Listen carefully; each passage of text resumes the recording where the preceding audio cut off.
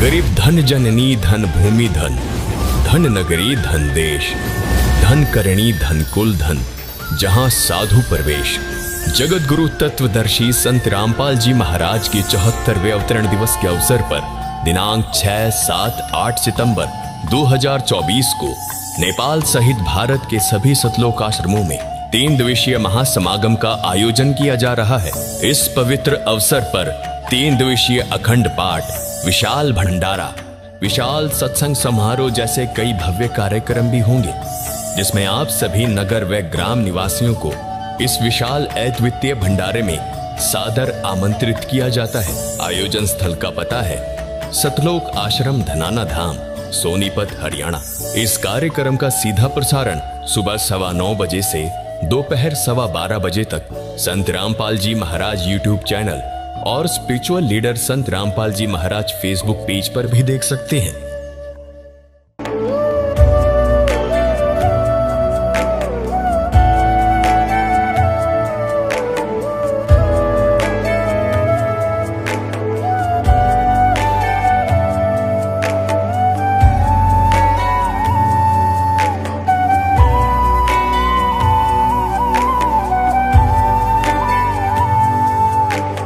गीता अध्याय 15 के श्लोक 16-17 में 3 प्रभु बताए हैं। ये 3 प्रभु कौन हैं? किस प्रभु की शरण में जाने के पश्चात जन्म और मरण समाप्त हो सकता है? 3 प्रभुओं में सबसे उत्तम परमात्मा कौन है? कैसा है? उसका क्या नाम है? इन सभी गूढ़ रहस्यों को जानने के लिए अवश्य सुनिए जगत गुरु तत्वदर्शी संत रामपाल जी महाराज के अमृत वचन। आत्मा जब से मालिक से बिछुड़ी है, इसको उसी समय से उसकी आवश्यकता महसूस हो गई थी। जिस भक्त आत्मा ने सृष्टि रचना सुन रखी है, तो उनको ज्ञान है कि पहले तो हम अपनी स्वेच्छा से इस काल भगवान के साथ लग गए और भगवान से विमुख हो गए। और जिसमें ये प्रकृति दुर्गा देवी जी इस काल भगवान के पास छोड़ी गई, उसी समय से इस काल ने हमारे साथ दुर्व्यवहार प्रारंभ कर दिया और उसी दिन से और आज तक हमें सिवाय परेशानी के कुछ नहीं मिला। तो उसी समय इसको महसूस हो गया था, इस दुर्गा को पुकार की थी, भगवान मुझे बचा ले। अपने पैर पे कुआड़ा मार के हम यहाँ आए हैं और पुकार करते हैं भगवान बचा ले। अभी तक हम उस भगवान से प्रार्थना करते रहे जो हमें दुखी तो कर सकता है, सुखी नहीं कर सकता। वो कौन है? ये ब्रह्म है, ज्योति निरंजन काल है, जिसके लोक में हम यहाँ रह रहे हैं। और इसके 3 पुत्र हैं, रजगुण श्री ब्रह्मा जी, सतगुण श्री विष्णु जी और तमगुण श्री शिव जी। हम इनसे भी अर्ज करते हैं हमारी रक्षा करो। ये अपनी रक्षा नहीं कर सकते क्योंकि ये सक्षम नहीं है, ये समर्थ नहीं है। ये भी अपने कर्म के दंड को ही भोगते हैं और इनको इतना ही अधिकार दिया हुआ है कि जो जैसे कर्म करेगा वैसा ही फल तुम दे सकते हो, इससे हटकर आप कुछ नहीं कर सकते। ये केवल हमें अपना किया कर्म ही दे सकते हैं और ये काल भगवान के अधीन हैं, ये विवश हैं और अपने ही ये भाई बहन हैं। इनकी पिछले पुण्य कर्म अधिक है, इनको उच्च पोस्ट प्राप्त मिल गई इस ब्रह्मांड की। लेकिन ये आपके साथी हैं, दुश्मन नहीं। लेकिन ये विवश हैं, इस काल भगवान के संकेत के बगैर ये कुछ नहीं कर सकते और इनको केवल जैसा कर्म प्राणी करता है वैसा ही फल देने का ही अधिकार है, इसे हटकर नहीं। ना ये किसी को सुखी कर सकते और ना ये किसी को दुखी कर सकते। इनसे हटकर जो और अन्य देवता हैं उनकी तो बात ही छोड़ो। तो कहने का भाव ये है कि जब से हम भगवान से बिछड़े हैं, संकटों को झेल रहे हैं, माँ कष्ट उठा रहे हैं और ऐसे ही तड़प तड़प कर हम शरीर त्याग जाते हैं और हम भगवान से पुकारते भी रहते हैं, सुनाई बिल्कुल नहीं होती है। जो कष्ट आना है आ ही जाता है। तो हम किस भगवान से पुकार करते हैं जो सुख दे ही नहीं सकते, और जो भगवान हमें सुख दे सकता है हमारे प्रारब्ध के अंदर यानी किस्मत में लिखे हुए पापों को नाश कर सकता है, क्योंकि पापों के नाश होने से ही सुख हो सकता है जीव को। तो उसकी हमें जानकारी नहीं, उसका ज्ञान नहीं, क्योंकि इसका काल ने अपने बहुत से एजेंट तैयार कर रखे हैं जो संत कहलाते हैं, महंत कहलाते हैं। मंडलेश्वर आचार्य और शंकराचार्य कहलाते हैं। इन्होंने पूरे मानव को भ्रमित कर दिया, और साथ में ये काजी और मुल्ला और पीर और ये ईसाई धर्म के फादर, ये सब भ्रमित हैं। इनको किसी को भी अध्यात्म पूर्ण ज्ञान नहीं। ये सब काल के एजेंट हैं, इस ब्रह्म के ही पुजारी हैं, और हमने पूजा करनी है परम अक्षर ब्रह्म की। वो परम अक्षर ब्रह्म ही सब पापों को नाश कर सकता है,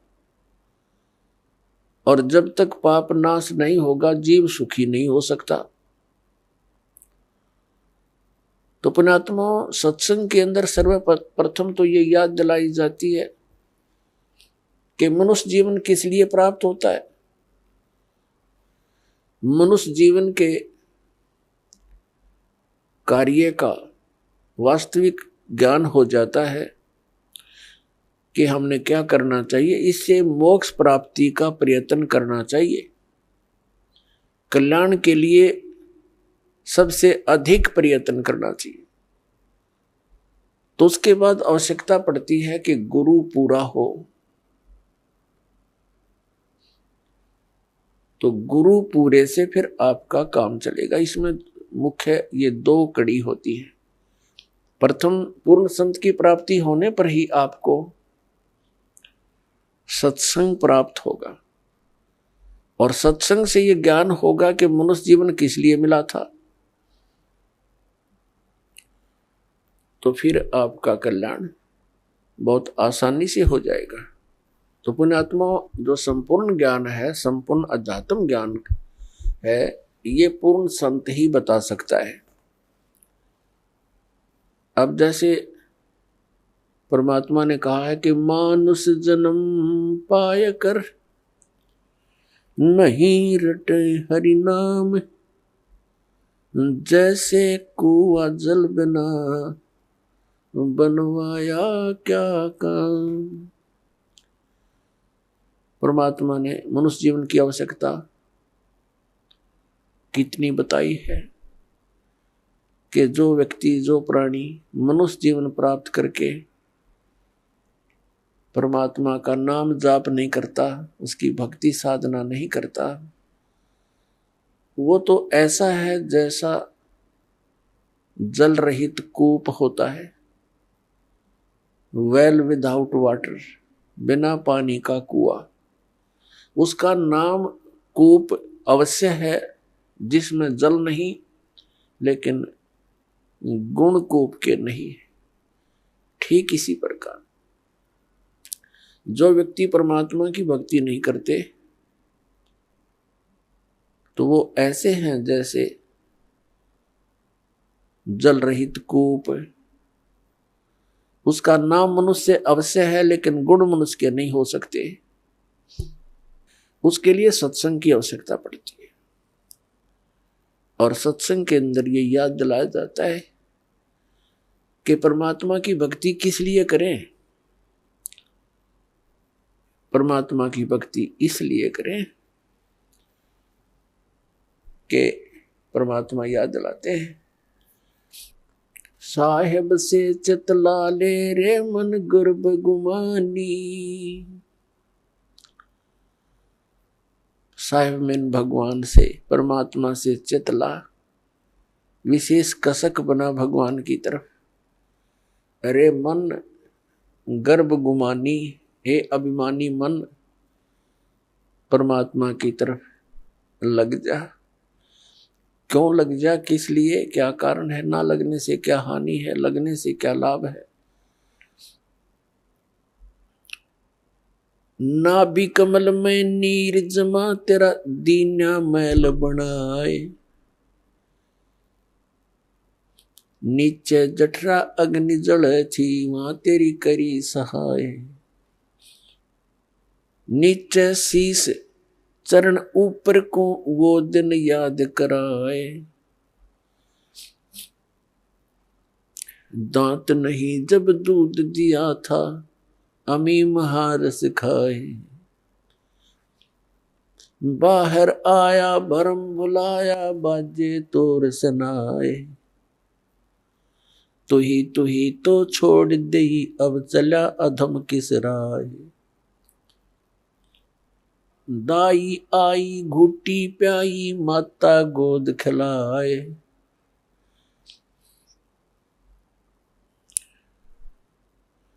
तू ही तो छोड़ दिया इब चला अधम किस राय। अब क्या बताते हैं परमात्मा के जब तू मां के गर्भ में था, एक विशेष संकट को झेल रहा था, नीचे को सिर था ऊपर को पैर तेरे,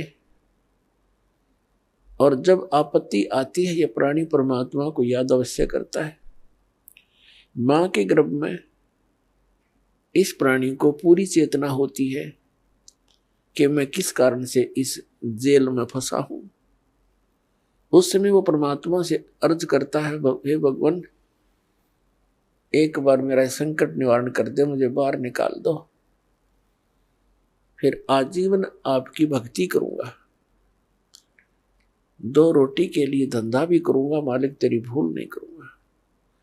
उस समय उसको अपने पिछले जन्म जन्मांतर की फिल्में देखने को मिलती हैं अपने ही अंतःकरण में,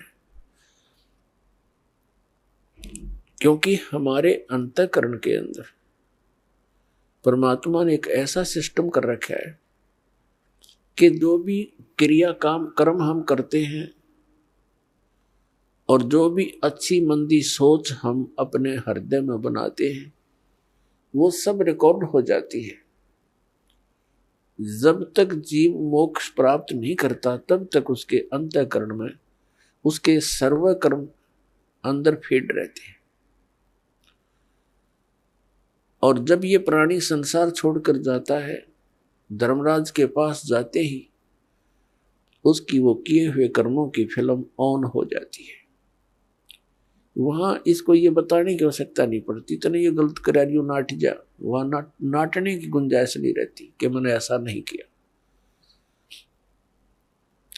तो उस फिल्म को देखता हुआ वो प्राणी अपने पिछले मनुष्य जीवन व्यर्थ किए हुए इसको बहुत याद आते हैं और बहुत रोता है, मैं कितना जालिम था, मुझे संतों ने चेताया भी, भक्ति करने लगा भी, छोड़ दिया, फिर उन्हीं मस्तियों में लगा रहा, परमात्मा की भक्ति ना करने से आज तक मैं भटक रहा हूं।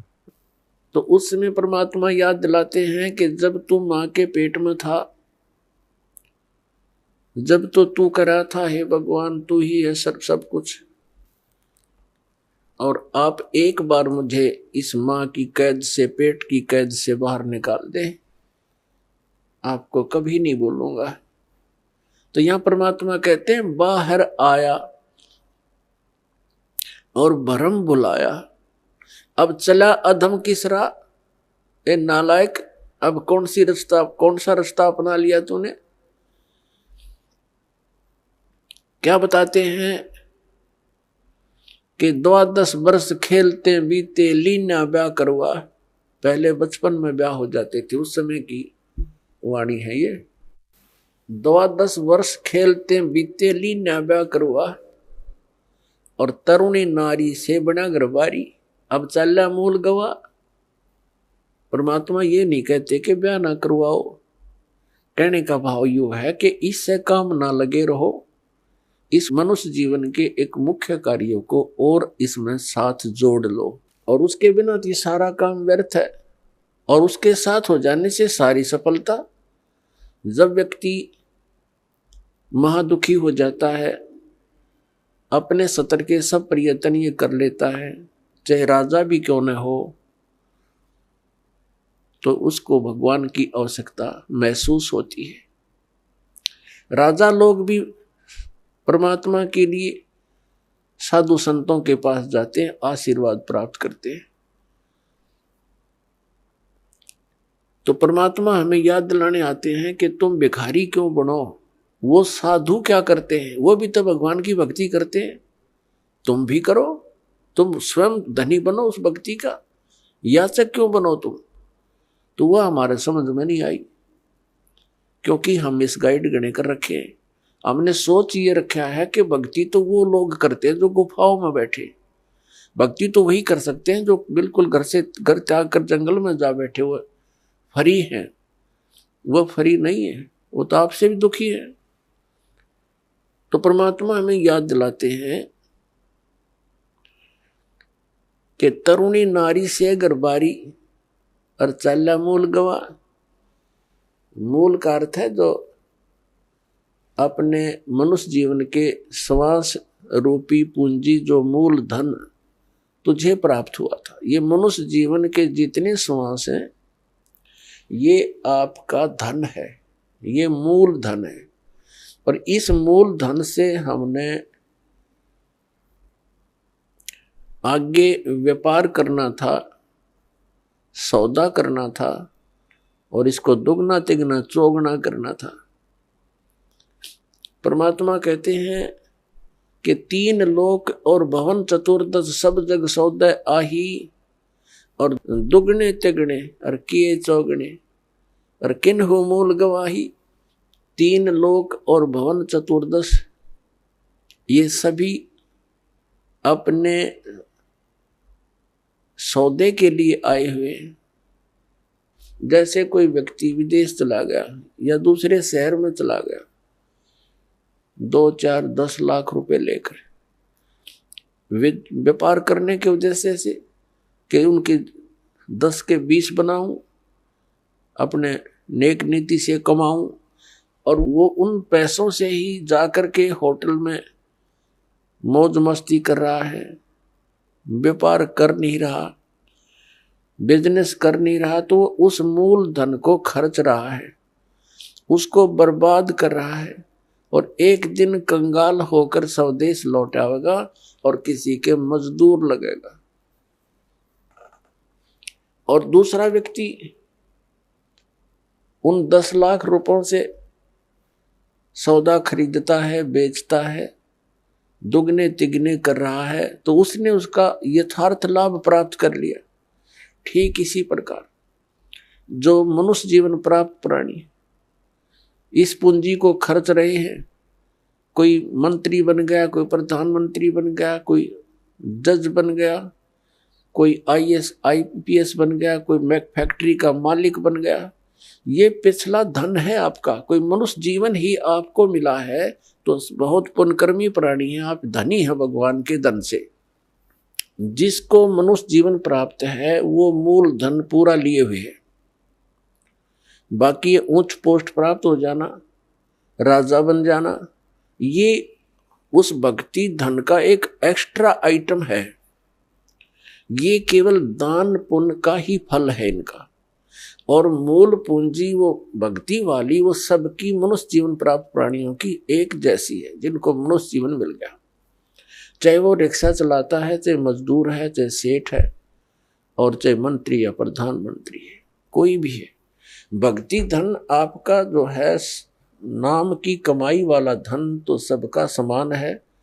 और रहे पुण्यों का, उन पुण्यों से ये उच्च पोस्ट मिल जाती है। तो कहने का भाव ये है दास का कि जो इस मनुष्य जीवन के इस मूल धन से फिर से अपनी कमाई शुरू कर देता है, परम संत की शरण से उपदेश प्राप्त करके, फिर अपने उस दैनिक कार्य के साथ साथ ये भी एक मजदूरी करता है, तो वो दुगने तिगने और चौगने बना रहा है अपने मूल धन के।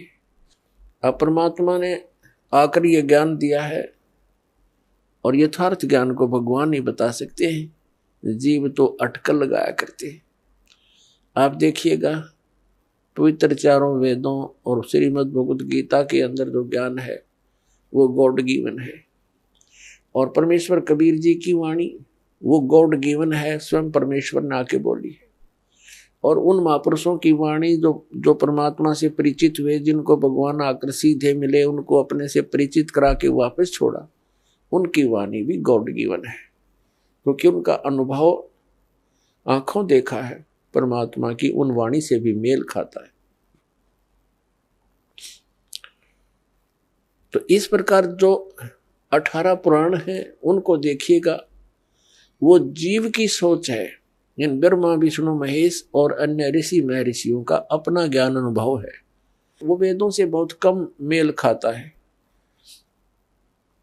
तो इस प्रकार हमने अन्य के अनुभव को अपने भक्ति मार्ग में सहयोग में नहीं लेना है, आधार नहीं मानना है। इस ज्ञान को सुनने के लिए, ज्ञान को समझने के लिए 18 पुराण हमारे लिए एक विशेष सहयोगी है, लेकिन भक्ति की विधि के लिए इनका सहयोग हमने बिल्कुल नहीं लेना। और उसमें जो भी भक्ति क्रियाएं बता रखी हैं वो वेदों से नहीं मिलती हैं तो नहीं लेना, उनका पालन नहीं करना हमने, तभी हम सफल होंगे। तो क्या बताते हैं, ये मनुष्य जीवन जब तक आपके पास है तो आप इससे ये लाभ उठा सकते हो। क्या बताया है कि लोहे जैसा ताव जात है, ये काया दे सराही, और 3 लोक और भवन चतुर्दश सब जग सौदे आही। जैसे कारीगर लोहे को गर्म करता है, उसको इतना गर्म कर देता है बहुत अधिक, और फिर उसको निकाल कर तुरंत उस पर चोटें लगाता है। गरम गरम लोहे पर चोट लगा करके वो जो वस्तु बनाना चाहता है बना सकता है। लोहे के जरा से भी ठंडा होने के उपरांत उसके ऊपर चाहे पूरे गणने झाड़ ले, चाहे घन मार ले, उसका कोई लाभ नहीं होगा। वो टेढ़ा मेढ़ा बन जाएगा, वो वस्तु नहीं बनेगी जिसके लिए प्रयत्न किया गया था। तो ये मनुष्य जीवन जिसका शांत हो जाएगा, जब तक मनुष्य जीवन है ये लोहा गर्म है, इस पर राम नाम की चोट मार के आप जो बनाना चाहते हो बना सकते हो। जब ये ठंडा हो जाएगा, मृत्यु हो जाएगी, फिर कुछ नहीं हो, चाहे 5-6 इसके श्राद्ध निकालते रहियो, वो तो ठंडा होने के बाद चोट मारनी है। और चाहे उसकी 13वीं करते रहियो, 13वीं 17वीं, वो तो लोहा ठंडा होने के बाद व्यर्थ प्रयत्न कर रहे हो। तो यहां क्या बताते हैं, 3 लोक और भवन चतुर्दश सब जग सौदे आही, दुगने तिगने किए चौगने किन्हु मूल गवाही। किसी ने तो दुगने तिगने चौगने कर लिए मनुष्य जीवन से सतभक्ति करके, और किन्होंने मूल का नाश कर लिया, मूल गंवा दिया, यानी मनुष्य जीवन को यही फू फर करके अन्य क्रियाओं में ही व्यर्थ कर गए, उन्होंने मूल धन का नाश कर दिया। अब भक्ति न करने से क्या हानि होगी। नर से तीतू पशुआ की जय, गद्दा बैल बनाई, ये 56 भोग कहाँ मन मूर्ख, कित कुरडी चरने जाई। पुण्यात्मा, हम मनुष्य जीवन प्राप्त करके उन सभी सुविधाओं को प्राप्त कर लेते हैं जो भगवान मनुष्य जीवन प्राप्त प्राणी को देता है। वो क्यों देता है? इसलिए देता है कि इन सुविधाओं को प्राप्त करके ये भक्ति कर लेगा, अपना कल्याण करा लेगा। जिनको मानव शरीर प्राप्त है वो उनकी ड्रेस अन्य प्राणियों से भिन्न है। ड्रेस मीन आपका ये शरीर, ये बॉडी, ये ड्रेस है, एक पोशाक है आपकी, ये स्टूडेंट की है। और जो स्टूडेंट, जो विद्यार्थी अपना उद्देश्य को पूरा ना करके, पढ़ाई ना करके सिनेमा देखता है, गेम देखता है, बाहर बकवाद करता है, तो फिर क्या होगा? वो अपना जीवन नाश कर रहा है, वो अपने उद्देश्य से भटक चुका है। और फिर क्या बनेगा? वो मजदूर लगेगा और कहीं मिट्टी ढोएगा, रिक्शा चलाएगा, पल्लेदारी करेगा। जिस उद्देश्य से वो विद्यालय में गया था उससे चूक गया, वो लाभ प्राप्त नहीं कर सका। ठीक इसी प्रकार आप जी जिनको भी मानव शरीर प्राप्त है, चाहे वो रिक्शा चालक है, चाहे कोई मजदूर है, चाहे कोई धनी व्यक्ति है, चाहे अधिकारी कर्मचारी है, या कोई मंत्री, प्रधानमंत्री, मुख्यमंत्री, राष्ट्रपति है, ये सब स्टूडेंट हैं। और जो ये भक्ति साधना नहीं कर रहे, वो अपने उद्देश्य से भटक चुके हैं। माता पिता से प्राप्त उस धन का वो दुरुपयोग कर रहे हैं। हमारा माता पिता कौन है? कबीर भगवान। उसने हमें ये पूंजी दे करके आपको फ्री कर रखा है। जैसे बच्चे को माता पिता 15-16 वर्ष तक बिल्कुल फ्री कर देते हैं, बढ़िया कपड़े देते हैं, बढ़िया खाना देते हैं, कोई काम भी नहीं लेते हैं, पैसे भी खूब खर्च करते हैं, तुम किसी प्रकार अपना उद्धार करवाओ, अपनी शिक्षा पूरी कर लो। तो पुण्यात्माओं, परमात्मा ने आपको वो धन देकर यहाँ एक विशेष ड्रेस पर रखी है। इसमें विशेष सुविधाएं हैं जिससे आप भक्ति कर सकते हो। बच्चे को इसलिए सुविधा दी जाती है, विद्यार्थी को, कि इन सुविधाओं को प्राप्त करके ही वो अपनी भक्ति, वो पढ़ाई कर सकता है, तभी सफल हो सकता है। तो आप जी को परमात्मा ने ऐसी सुविधाएं दी है, खाने के लिए सुंदर अन्न, फल, आहार, काजू किस्म, सेब, संतरे, दूध, दही और सद्बुद्धि दे रखी। मकान झोपड़ी घालो, प्राकृतिक आपदाओं से बचने के लिए भूख लगे जब भोजन खा लो, प्यास लगे जब जल पी लो, सब उपलब्ध है। उसके साधन बता दिए, जल ऐसे मिलता है। और फिर करना क्या था? बस बच्चे पैदा करो, इनको ब्याहो, इनको बस पाल पोस दो, फिर मर जाओ। क्या यही काम था इसका? ये तो पशु पक्षी भी कर रहे हैं। इसके साथ साथ एक अनिवार्य कार्य था जिसका हमें पता चलकर भी हम इस पर नहीं चल सके, क्योंकि संत साधु जन जितने हैं वो बताते हैं, समझाते भी हैं, लेकिन उनके वचन में शक्ति नहीं, उनके पास वो पावर नहीं, उनके पास वो भक्ति मंत्र नहीं जिसे प्राप्त करके प्राणी फिर आगे इस मार्ग को आगे चल सके। जिस कारण से अब मानो नास्तिकता की ओर बढ़ रहा है। तो मनुष्य जीवन आपको प्राप्त हुआ, इसकी उपलब्धि ना करने से, भक्ति ना करने से फिर क्या होगा? नर से तीतू पशुआ की जय, गद्दा बैल बनाई, ये 56 भोग कहा मन बोरे, कहीं कुरडी चरने जाई। पुण्यात्माओं, जब तक हम सत्संग नहीं सुनते तब तक हमारे ऊपर इस काल के माया व रूपी भांग का घना नशा होता है। कबीर साहब कहते हैं, कबीर ये माया अटपटी, सब गट आण अड़ी, और किस ने समझाऊं या कुएं भांग पड़ी। जिस संसार में हम रह रहे हैं, यहाँ प्रत्येक व्यक्ति के एक ही विचार हैं और एक जैसे ही उसकी गाइडलाइन होती है अपने बच्चों को, कि भाई अपना बच्चे को शिक्षा के लिए भेजते हैं तो भी उद्देश्य यही बताते हैं कि तेरा रोजगार ठीक हो जाएगा। यानी जो भी ट्रेनिंग हमें मिलती है, रोजी रोटी और कपड़ा और कोठी, इनके बनाने की ही मिलती है। तो उस समाज में रह कर के आप अपना उद्देश्य भूल चुके हो।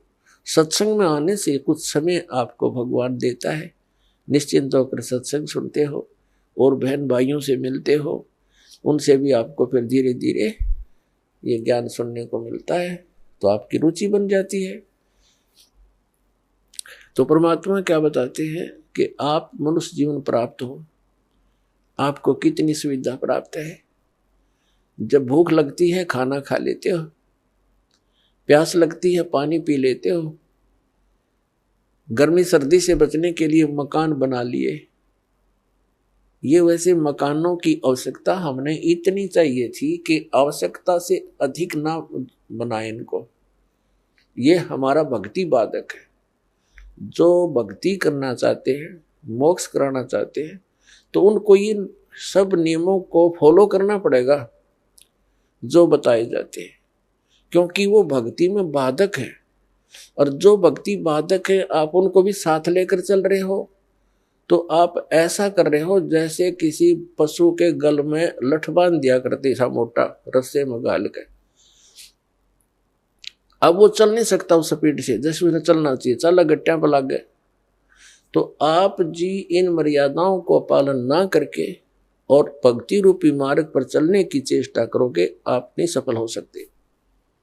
तो इसलिए हमने ज्ञान के आधार से इन बुराइयों को, इन कुरीतियों को और सांसारिक परंपराओं को भी त्यागना पड़ेगा, तब हम इसमें सफल होंगे। फिर अपनी बड़ी स्पीड से चलेंगे। जैसे मकान बना लिया, ठीक है, आजकल परमात्मा ने दया कर रखी है, बढ़िया सुविधा आपको प्राप्त है, मकान बना लो, जैसा आवश्यक हो उतना ही, केवल उसी के लिए कि बढ़िया कोठी बनाऊं, लोगों का प्रशंसक बन जाऊं। ये हमारी अपनी सोच होती है, अध्यात्म मार्ग नहीं है। तो मकान बनाओ जितना आवश्यक हो और जितनी आपकी जेब अलाउड करती हो, आवश्यकता से अधिक खर्च मत करो। हमारे पूर्वज आपने देखे होंगे, हमने तो खूब याद है, झोंपड़ियों में टाइम पास करके कई कई पीढ़ी। उनका तो इतना काम है, एक चारपाई डालनी आपने, चाहे 10 कमरों का मकान है आपका, एक कमरे में एक कोने में 3.5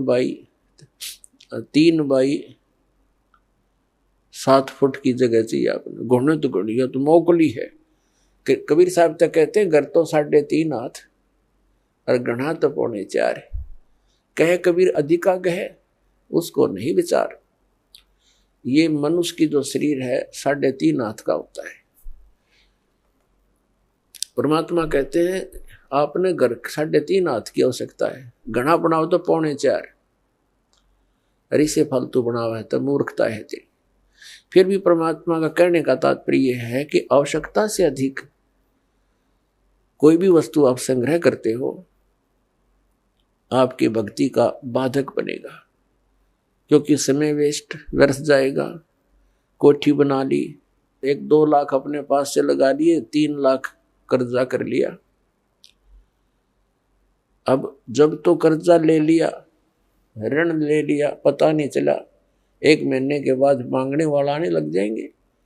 चैन गई, रात न नींद आवे नहीं, और भक्ति का भी नाश। वह को ठीक है काम आई आपके। तो इस प्रकार हमने भक्ति मार्ग में जो बाधाएं हैं उनको त्यागना पड़ेगा। अब क्या बताते हैं, परमात्मा ने हमें कितनी सद्बुद्धि दे रखी है, और ये भक्ति ना करने से इन कोठी बंगले बनाने में और धन बढ़ाने में अपना जीवन व्यर्थ कर जाएंगे, तो फिर क्या होगा। नर से तू पशुआ कीजिए, नर से फिर तू पशु बनेगा। नर से तू पशुआ कीजिए, गद्दा बैल बनाई, अरे ये सुंदर भोजन का मन बोरे कि तो कुर्डी चरने जाई। ओए होए, अपने आत्मा इतना कुछ सुनकर भी हमारे यह बात अंदर जगह बनाती नहीं, क्योंकि हमें ये सब सुविधाएं उपलब्ध है और हर समय है, और ये तो आपके अंतिम सांस तक आपको रहेंगी जब तक मनुष्य जीवन में हो। क्योंकि माता पिता बच्चों को जब तक वो कॉलेज स्कूल नहीं छोड़ता वो सुविधा देता ही रहता है, और जो बच्चा उसका सदुपयोग ना करके आता है तो फिर वो बहुत दुख उठाता है। तो इस प्रकार इस सत साधना करने से, भक्ति करने से मोक्ष होना था, जहाँ जाने के बाद फिर लौटकर कभी संसार में नहीं आते, वहाँ हमें बहुत सुख होना था। जैसे बच्चा विद्यालय में पढ़ता है, कॉलेज में पढ़ता है, महाविद्यालय में, उसको वहाँ कुछ नहीं मिलना, वहाँ से उसको विद्या प्राप्त हुई, उस विद्या के आधार से उसको अन्य फील्ड में वहाँ जाकर के वो सुविधाएं मिलनी है। ठीक इसी प्रकार हमें इस पृथ्वी पर जो हम चाह रहे हैं, हमें यहाँ नहीं लेनी चाहिए इसकी सुविधाएं। ये तो कॉलेज में मौज मार रहे हैं हम, ये सोच लो पृथ्वी की कोई भी वस्तु हम डिमांड कर रहे हैं या इसी में लगे रहे हैं, भक्ति की नहीं, तो हम कॉलेज में मौज मार रहे हैं, वो बहुत हानिकारक होगी। इसका लाभ हमें सतलोक में मिलेगा। सतलोक के बारे में आज तक जो जानकारी हमें प्राप्त हुई है, हमें मीन आप जी को इस दास के वचनों से पहले, तो वो कैसी जानकारी प्राप्त हुई है? सतलोक का एक विशेष कॉन्ट्रैक्ट ले रखा है किसने? राधा स्वामी पंथ वालों ने, और धन दंड सतगुरु सच्चा सौदा सिरसा और जगमाल वाली वालों ने। और इनको सतलोक का कख भी पता नहीं, ना भक्ति मार्ग ठीक इनका, ना सतलोक की सतपुरुष की जानकारी। तो बताइए कहाँ ले जाएंगे प्राणी को? और फिर ये कबीर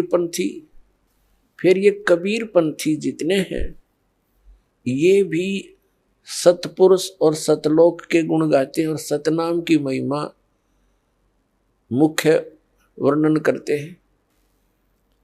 इस दास ने इन सभी पंथों के ग्रंथों को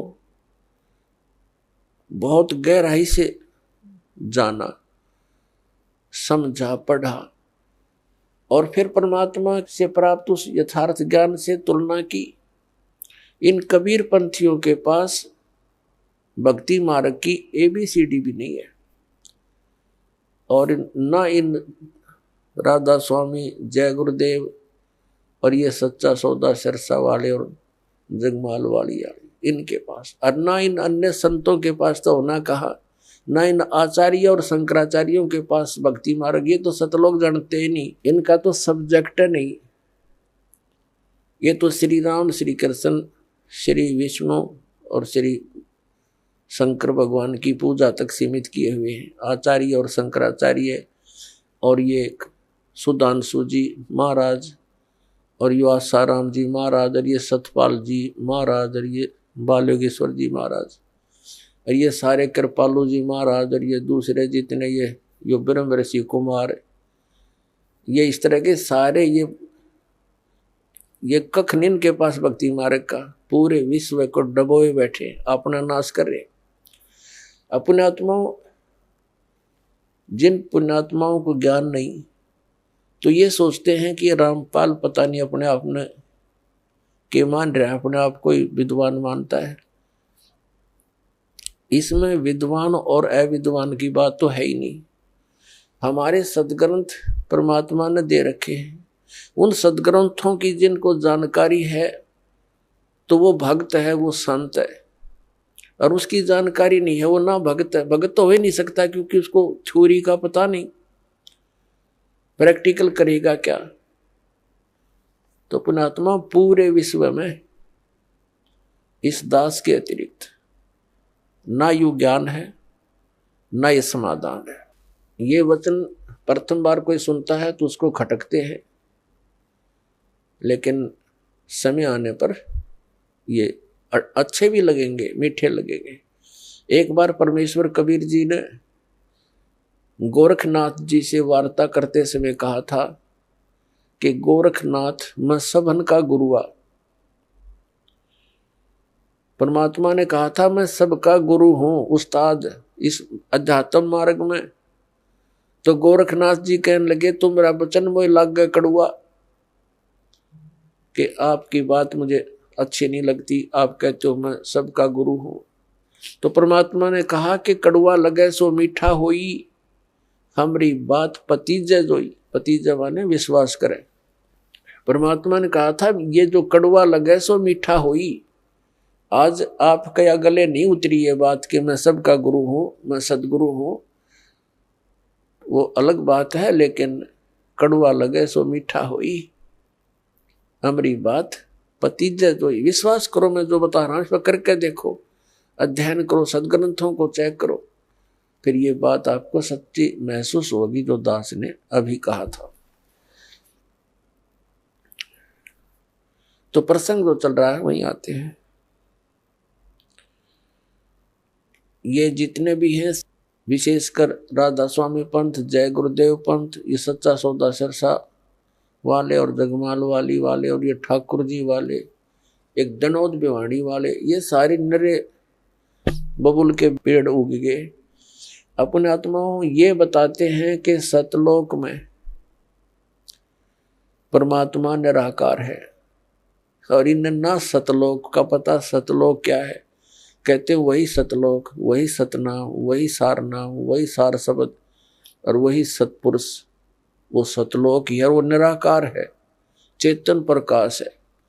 और इन सभी कबीर पंथियों का और सभी इन राधा स्वामी से निकली हुई उनकी ब्रांचों का, जैसे सच्चा सौदा सिरसा और जगमाल वाली और ये ठाकुर जी जय गुरुदेव जी वाले, इनका मानना है कि मोक्ष प्राप्त प्राणी सतलोक के अंदर उस परमात्मा के प्रकाश में ऐसे मिल जाती है, वो आत्मा जैसे बूंद समंदर में। और एक है ग्रांजड़ी गांव जम्मू के अंदर, एक नया संत मिला जिसका नाम है मधु परमहंस, और वो भी कबीर पंथी कहलाता है। और सतलोक को कैसे डिफाइन करता है? सृष्टि रचना सुनाते समय उसने क्या बताया है कि पहले परमात्मा गुप्त थे, फिर उन्होंने एक शब्द उच्चारण किया, उससे एक अद्भुत प्रकाश बन गया। उस प्रकाश के अंदर फिर परमात्मा अमर पुरुष समा गया, वो अमरलोक हो गया। फिर वो फिर अमरलोक बन गया, यानी वो परम पुरुष भी, अमर पुरुष भी, अमरलोक फिर एक हो गया, वो प्रकाश पुंज। और फिर कहते हैं उस प्रकाश ने परमात्मा को ऐसे छटक दिया, अपने आप को ऐसे छटक दिया, उसमें से बूंद सी बन गई, ऊपर जानते फिर उल्टी आ गई। जैसे जल की बूंद ऊपर को फेंकी जाए, जल में आकर मिल जाती है, पर वो मिली नहीं, वो कण कण से बन गए, बिंदु से बनकर जीव बन गए, घूमने लग गए उस प्रकाश में। वहां जाकर उसके हिसाब से मोक्ष प्राप्त प्राणी वो हंस बनकर जाते हैं, और वो डॉट बिंदु बनकर ऐसे घूमते हैं जैसे मछली जल में उस प्रकाश में भटकती है। ये कहता है कि मेरे पास जो वस्तु है ब्रह्मांड में नहीं। अब उसका सारा जाड़ा लेकर और गांठ बांध दी उसकी, अब दिखा देंगे वो कैसा क्या है उसके पास वस्तु। तो अपने आत्मा परमात्मा ने दया बख्शी है अपने ऊपर, इस दास के ऊपर दया बख्शी है, वो दिव्य दृष्टि दे दी इस ज्ञान को समझने की और इनके अज्ञान की परख करने की, और वो आपको आसानी से करवा देगा। दास 2 मिनट में समझ जाओगे वास्तविकता क्या है। एक तो इसका विधान है श्री मधु परमहंस रांजड़ी वाले का, जम्मू वाले का। एक तो ये हो गया कि अमर पुरुष और अमरलोक वो एक बन गया, वो चेतन प्रकाश हो गया। और फिर ने कहा सार नाम भी, आदि नाम भी, और सार शब्द भी, विधेय शब्द भी, वो अमर पुरुष ही है। अमर पुरुष वो बनेगा अमरलोक, यानी वो सारा कुछ हो चेतन प्रकाश को, ये अमरलोक भी, सार शब्द भी, सार नाम भी, विधेय नाम भी, आदि नाम वही, सतनाम भी वही, अमरलोक भी वही, सतपुरुष भी, अमर पुरुष भी वही, और सार नाम भी वही। आ गया वहीं जहां से शुरू हुए थे। ए भगवान, ये भोली आत्माओं को क्या पता भी महात्मा जी पहुंचे होंगे, सतलोक देख कर आएंगे। खक देखा उन्हें, सतलोक के अंदर ऐसी ही सृष्टि है, ऐसे ही मनुष्य, वह पशु पक्षी नहीं है, ये कीड़े मकोड़े नहीं है, जो वहाँ सदाबहार वृक्ष हैं और सदाबहार वहाँ के काजू किस्मत सेब संतरे और फल फूल फ्रूट सारे सदाबहार हैं। वहां जाने के बाद प्राणी ना वृद्ध होता ना उसकी मृत्यु होती। अपने आत्मा, यदि हमने वहां जाकर के नए धक्के खाने हैं, डोट बनकर घूमना, क्या आनंद होया? वो खाक आनंद है। मोक्ष का अर्थ होता है वो जिसके ऊपर जैसे कोई बंधन में ना हो। हम यहाँ कर्मों के बंधन से बंधे हुए हैं, वहां कर्म नहीं है। निष्कर्म में मोक्ष प्राप्त होता है, बिना किए प्राप्त होती हैं सब सुविधाएं, उसको निष्कर्म में मुक्ति मानते हैं। तो वहां जाने के बाद देखो, आप देखते हैं प्रत्येक व्यक्ति चाहता है काम थोड़ा करूं, ना करूं तो घना बढ़िया और सुविधा सारी हो। तो ये हमने कहा, यह आभास कहां से हुआ? क्योंकि हम ऐसे स्थान पर रहते थे, वहां हमने काम तो करना ही नहीं पड़ा था, सुविधा नरी थी, आगे पड़ी रही थी। फिर दूसरा कोई बूढ़ा होना नहीं चाहता, वृद्ध अवस्था को कति पसंद नहीं करते, यानी 80 साल तक भी बाल काले करते रहे हैं और दांत कृत्रिम टडवाए ले हैं, और कुछ थोड़ी बहुत सेहत बूढ़ा सा ना दिखो हैं। और फिर मृत्यु कोई नहीं चाहता, और दोनों कंपलसरी। ये तो यहाँ का यूनिवर्सल ट्रूथ है,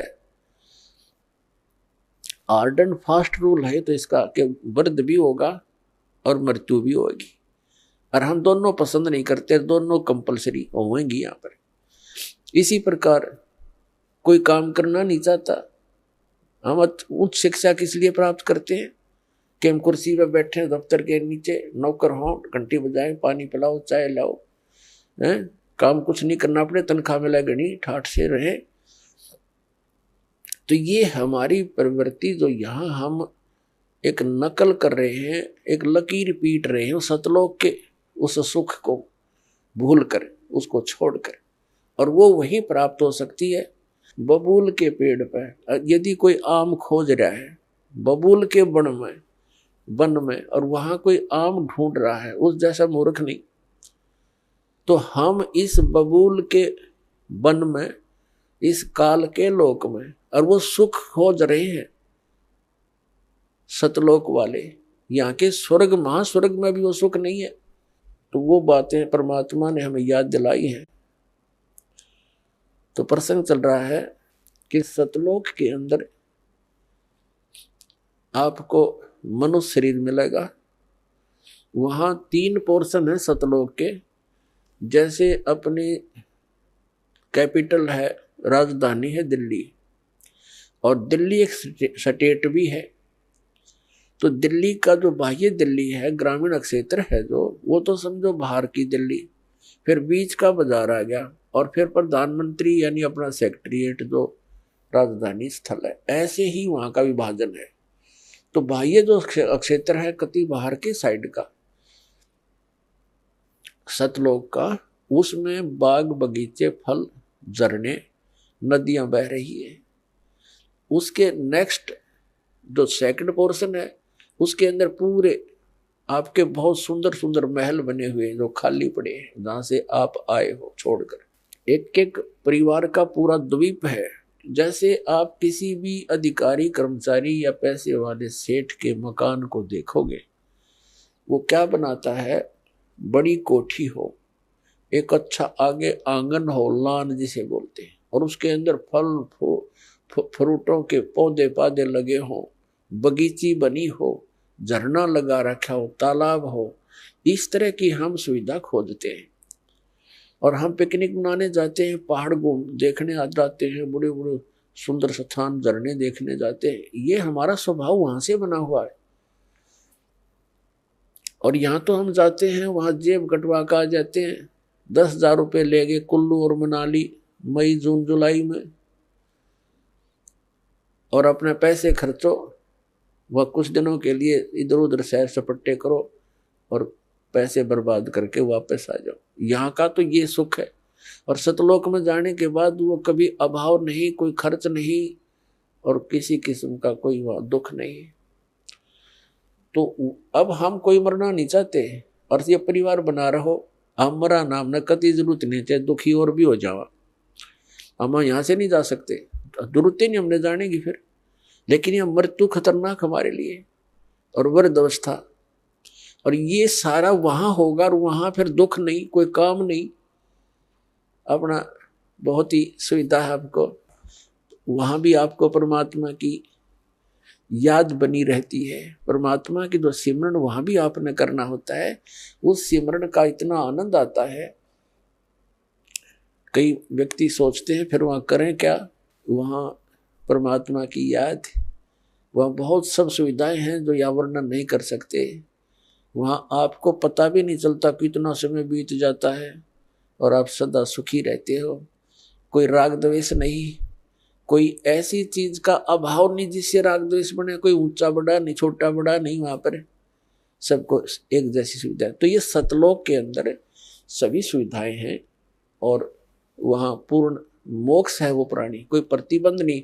क्योंकि जितने भी यहाँ कानून बनाए जाते हैं निकम्मे आदमियों के लिए बनते हैं। जो नागरिक अच्छे होते हैं वो तो वैसे ही अपना सद्भावना से रहते हैं, वो कोई अपराध करते नहीं। आइए अब हम उन श्रद्धालुओं के अनुभव जानते हैं जो जगत गुरु तत्वदर्शी संत रामपाल जी महाराज जी से दीक्षा प्राप्त कर चुके हैं तथा उनके द्वारा बताए गए भक्ति मार्ग पर चल रहे हैं। नमस्कार सर। नमस्कार सर जी। सर क्या नाम है आपका? मेरा नाम सुरेंद्र सिंह दफोटी। सुरेंद्र जी आप कहाँ से हैं? मैं जिला बागेश्वर उत्तराखंड से हूँ। सुरेंद्र जी संत रामपाल जी महाराज से नाम दीक्षा आपने कब ली? संत रामपाल जी महाराज जी से नाम दीक्षा 2017 को ली। सुरेंद्र जी अभी तक क्या क्या भक्ति साधनाएं की हैं आपने? भक्ति साधना तो जो हमारी रीति रिवाज पुरानी हिंदू धर्म से है उनसे चलते हुए भक्ति क्या करते थे। आर्मी में था पहले सर, मैं बहुत ज़्यादा नशा करता था और इतना नशा करता था कि मैं उस नशे सभी चीज़ें, शराब जैसे कि शराब हो गया और चरस हो गई और जुआ वगैरह भी खेलता था। तो ताकि मैंने उस नशे के कारण अपनी नौकरी भी त्याग दी और ट्रांसपोर्टिंग ट्रक वगैरह थे वो भी सब बेच दिए, तो मेरे पास कुछ नहीं बचा। तो मैं इतना परेशान हो चुका था, मैंने जब लास्ट ट्रक बेची तो मैं इतना नशा करने लग गया था कि डिप्रेशन में चला गया था मैं। बस नशा, और मुझे फिर भगतमती ने क्या किया कि निर्माण में नशा मुक्ति केंद्र में एडमिट कर दिया। नशा मुक्ति केंद्र में एडमिट होने के कारण मैं फिर घर आता था, फिर पीना शुरू करता, फिर नशा मुक्ति, यानी कि 5-10 बार मैं नशा मुक्ति केंद्र में चला गया था। पत्नी ने नाम लिया 2017 में, संत रामपाल जी महाराज जी की नाम दीक्षा ली। तो उसके बाद में मेरे को वो एडमिट करके गई वहाँ नशा मुक्ति केंद्र में। उसके बाद वहाँ आके मुझे ज्ञान गंगा दिया, उन्होंने दिया तो मैंने पढ़ा उसमें से, उससे मुझे लगा कि हाँ ये कुछ और ही है इसमें ज्ञान। उसके बाद मैं बाहर आया, बाहर आने के बाद में फिर मेरे वो नशा करने से मेरा उससे पहले जो था मैं इतना मतलब वो हो गया था, मैंने पॉइजन खाने की भी काफ़ी कोशिश की। और उसके बाद मैंने जो वो सल्फास की डिब्बी होती है वो मैंने स्कूटी के अंदर भी रखी थी कि मैं कभी भी, मैं मौका मिलना चाहिए था मेरे को कि मैं उसी समय वो मैं सल्फास खा लूँगा। तो यहाँ तक की मेरी कंडीशन थी भगत जी। उसके बाद में मैं क्या कहते हैं घर में लाए मुझे भगत जी लोग आए घर में, सर लोग आए थे, उनने समझाया मुझे तो कुछ समझ में नहीं आया। फिर मैं संत रामपाल महाराज जी का सत्संग देखा और इंटरव्यू सुनता था तो उससे कुछ समझ में आने लगा मेरा। फिर अचानक मेरी प्रेरणा बनी कि नाम दीक्षा लिया मैंने 2017 में। सर जैसा कि आपने बताया कि आपने आत्महत्या करने की भी सोच ली थी, आपने कहा कि आपके पास और कोई चारा भी नहीं रह गया था, आपकी सारी प्रॉपर्टी खत्म हो गई थी। फिर जब आपने संत रामपाल जी महाराज से नाम दीक्षा ली तो आपको क्या लाभ मिले? क्या आपका नशा छूट पाया? तत्वदर्शी संत रामपाल जी महाराज जी से नाम दीक्षा लेने के बाद मेरे सारे नशे छूटे। दूसरा जो शारीरिक मेरी बीमारियां शुरू हो रही थी वो बीमारियां सारी ख़त्म हुई। बीमारियां जैसे कि पाइल्स की बीमारी शुरू होने लग गई थी, यानी कि सांस की बीमारी भी मेरे सांस मतलब ज़्यादा गर्मी से वो रुकने लग गया था। और काफ़ी ऐसी छोटी छोटी बीमारियां काफ़ी थी। तो उससे मैं मजबूर होकर वो जहर भी ना चाह रहा था कि मैंने बोला अब पैसा है नहीं मेरे पास, कुछ नहीं है, तो मैं ये चीज़ मेरे लिए वही है लास्ट है। संत रामपाल जी महाराज जी के शरण में जाने के बाद मैं भगत जी मतलब छू मंतर जैसे मैंने सोचा भी नहीं था कि मतलब ऐसा होगा करके कि ये तो चलो मैं एक अजमा लेता हूँ वाली बात। वो तो मैंने काफ़ी अजमाया हुआ था, काफ़ी चीज़ें अजमाई थी, लेकिन वो चीज़ें मैंने बोला चलो इनको भी अजमा लेता हूँ करके वो चीज़ की। लेकिन वो दिन है, आज का दिन है भगत जी। मैं बहुत बिगड़ा हुआ था, मैं हर चीज़ में मतलब अब स्पोर्ट्स वाला आदमी करता ही है, उल्टे सुल्टे काम करना, ये मतलब हर चीज़ में वो चीज़ अभी मैं सब शांत हो चुकी हैं। बॉक्सिंग से मैंने सबसे यानी कि जो इसमें हमारा सेना का तीनों सेनाओं का रहता था उसमें से मेडल लिया हुआ है और उसमें पार्टिसिपेट किया हुआ था नेशनल में। तो वो सारी चीज़ें भक्ति के बाद में जो अभी अब सोच में आ रहा है कि हम ये पहले से जुड़े होते तो आज तक शायद भक्ति मार्ग में ठीक ठाक होते। चलो अभी भी जुड़े हैं लेकिन अभी भी मार्ग सही मिला हुआ है गुरु जी का, संत रामपाल जी महाराज जी का, तो सही है। और लाभ तो काफ़ी मिले हैं भगत जी, अपने पारिवारिक लाभ और काफ़ी। मैं एक बार जैसे अभी फिलहाल जो सप्लायर का काम और बिल्डिंग मटेरियल सप्लाई का काम करता हूँ, तो मैं मेरी कहीं गाड़ी आई हुई थी, वहाँ जा रहा था। पहाड़ में बैंड होते हैं, तो बैंड में ऐसे आ रहा था, तो वहाँ से बोलेरो कार आ रही थी। बोलेरो स्पीड में थी, मैं भी स्पीड में था।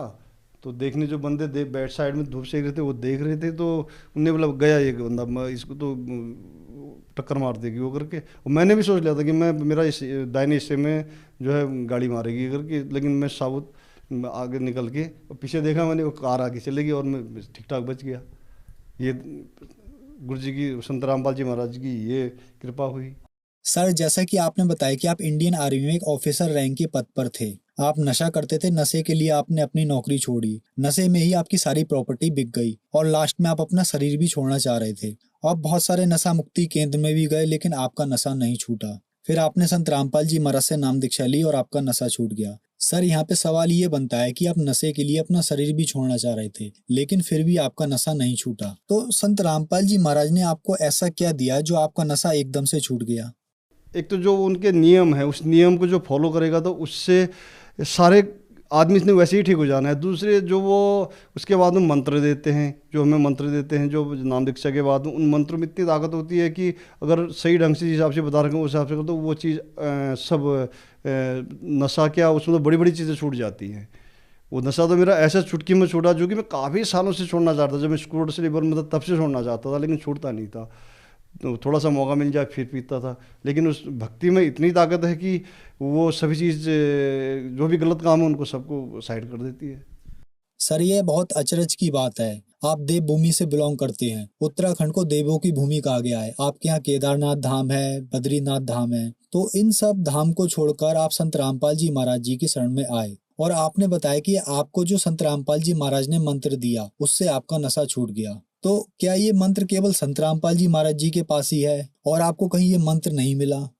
जी, मेरे को ठीक होने के लिए मेरे घर वालों ने क्या, मेरी पत्नी ने क्या, काफ़ी कोशिश की। यानी कि गढ़वाल से लेकर के जितने हमारे कुमाऊँ के गुरु अगर वगैरह, ये भूख झाड़ फूक करने वाले जितने से सबको पूजा मैं, यानी कि बहुत ज़्यादा खर्चा होता था, वो खर्चा किया, लेकिन कहीं किसी की बस की बात नहीं कि मैं एक दो दिन ठीक रहूँगा फिर वैसी, एक दो दिन ठीक रहूँगा फिर वैसी।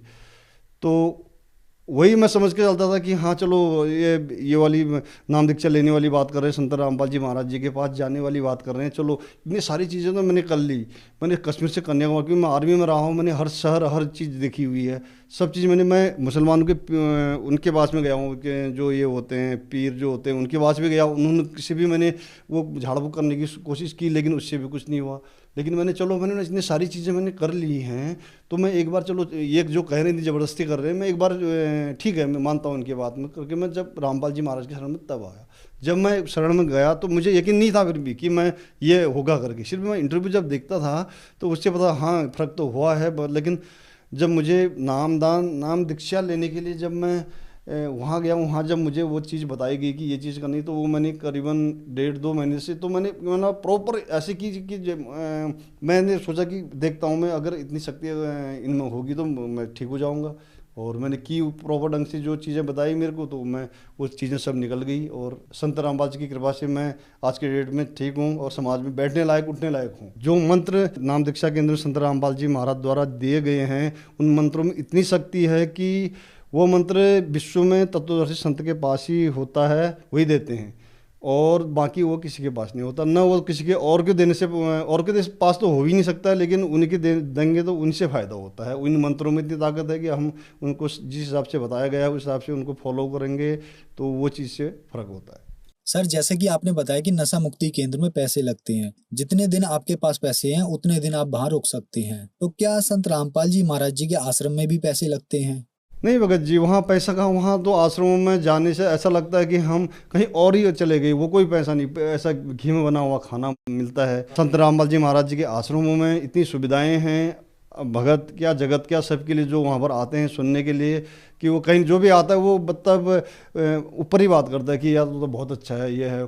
सर, अब आखिरी सवाल आपसे, संत रामपाल जी महाराज से नाम दीक्षा कैसे ले सकते हैं? तत्वदर्शी संत रामपाल जी महाराज जी से नाम दीक्षा सत्संग में नीचे से एक पट्टी आती है, उसमें नंबर होते हैं। हर डिस्ट्रिक्ट में नामदान केंद्र हैं, नामदान नज़दीकी नामदान केंद्र में उनमें फ़ोन करके आप नामदान केंद्र से संत रामपाल जी महाराज जी की से नाम दीक्षा ले सकते हैं। सुरेंद्र जी, हमारे चैनल पर अपने अनुभव बताने के लिए आपका बहुत बहुत धन्यवाद। सच्चाई।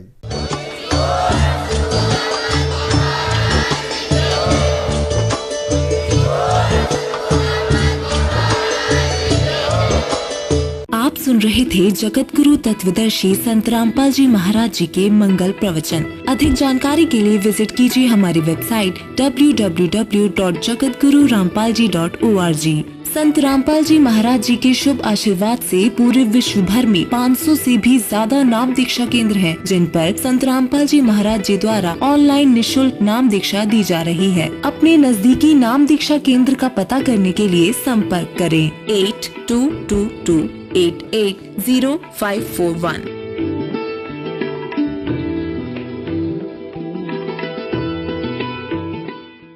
गरीब धन जननी धन भूमि धन, धन नगरी धन देश, धन करणी धन कुल धन, जहां साधु प्रवेश। जगत गुरु तत्वदर्शी संत रामपाल जी महाराज के 74वें अवतरण दिवस के अवसर पर दिनांक 6, 7, 8 सितंबर 2024 को नेपाल सहित भारत के सभी सतलोक आश्रमों में 3 दिवसीय महासमागम का आयोजन किया जा रहा है।